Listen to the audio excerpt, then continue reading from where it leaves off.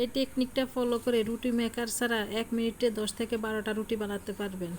আমি প্রথমে আটাটা করে নিয়েছি। আটাটা যেভাবে করে আমি সিদ্ধ করে নিয়েছি, আপনারা এভাবে আটাটা করবেন। ওইটা আর আমি দেখাই নাই, ভিডিওটা অনেক বড় হয়ে যাবে। এই জন্য আমি আর আটাটা সিদ্ধ করে নিয়ে প্রথমে একবার আটাটা সেনে গোলা গোলা করে নিয়েছি। এখানে একটা উপরে কাগজ নিচে আর একটা কাগজ দিয়ে তারপরে মাঝখানে রুটির গোলাটা দিয়ে আমি পিড়ি দিয়ে এরম করে চাপ দিয়ে, যে দেখেন কিভাবে আপনারা ভিডিওতে লক্ষ্য করবেন, এভাবে আমি রুটিগুলো বানিয়ে নিয়েছি। আমি এক এক অনেকগুলো রুটি বানাইছি যেন আপনারা বুঝতে পারেন সবগুলো।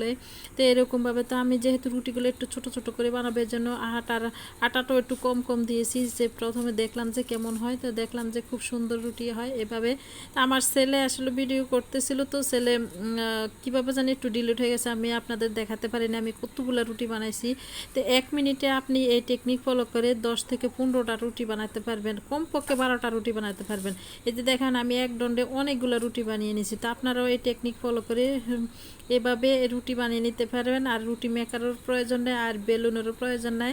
জামালা মুক্ত একসাথে আটাটা সেনে গোলা করে নিলে কিন্তু এভাবে রুটিগুলো বানিয়ে নিতে পারেন।